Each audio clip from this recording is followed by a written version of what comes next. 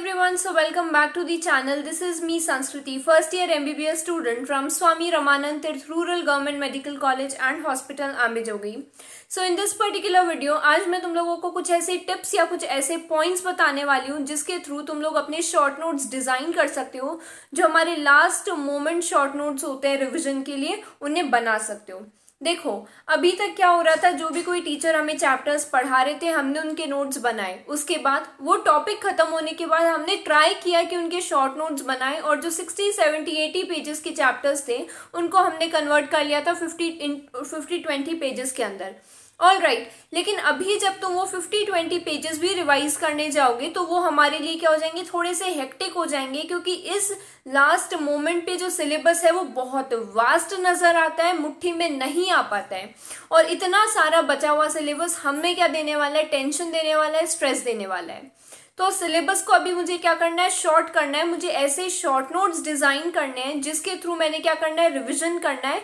और जो इतने कम हो कि वो मुझे स्ट्रेस भी ना दें।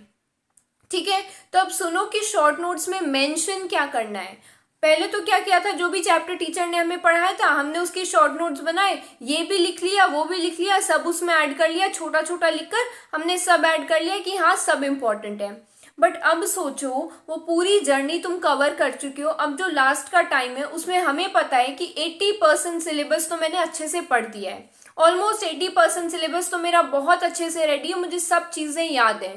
तो शॉर्ट नोट्स में जाने क्या है, शॉर्ट नोट्स में क्या आएगा, वो पॉइंट्स जो कि इंपॉर्टेंट है और तुम्हें याद भी नहीं हो रहे हैं। ठीक है, यानी अब जो वो 60, 70, 80 पेजेस का जो चैप्टर था उसको हमने कन्वर्ट करना है कितने में, 1 to 2 पेजेस, मैक्सिमम 2 पेजेस में हमने चैप्टर को क्या कर लेना है, अभी पूरा कवर कर लेना है। ठीक है, उसके लिए करना क्या है, अभी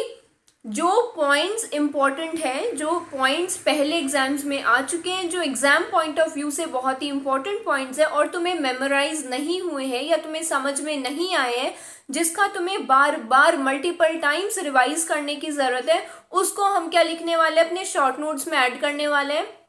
every day before going to bed हम अपने शॉर्ट नोट्स को, सारे नोट्स को रिवाइज करने वाले हैं। सोचो बायो में कितने 38 चैप्टर्स होते हैं, अगर तुम उनके एक एक पेज के भी शॉर्ट नोट्स बनाने जाओ तो सिर्फ 38 पेजेस हैं जो हमें रिवाइज करने हैं, और उसके थ्रू हमारी क्या हो जाएगी, पूरी की पूरी बायो एनसीईआरटी रिवाइज हो जाएगी, पूरा का पूरा बायोलॉजी नीट का सिलेबस रिवाइज हो जाएगा। ठीक है, तो शॉर्ट नोट्स बनाने का एक मंत्र क्या हमने जान लिया है कि मैं शॉर्ट नोट्स में वो पॉइंट्स लिखने वाला हूँ जो इम्पॉर्टेंट है from exam point of view, as well as जो मुझे मेमोराइज नहीं हुआ है, जो मुझे याद नहीं रहता है, जिसे मैं बार बार भूल रही हूँ, या फिर ऐसी पॉइंट्स जो कि क्वेश्चंस में बार बार आ रहे हैं और मुझसे बार बार गलत हो रहे हैं। ठीक है,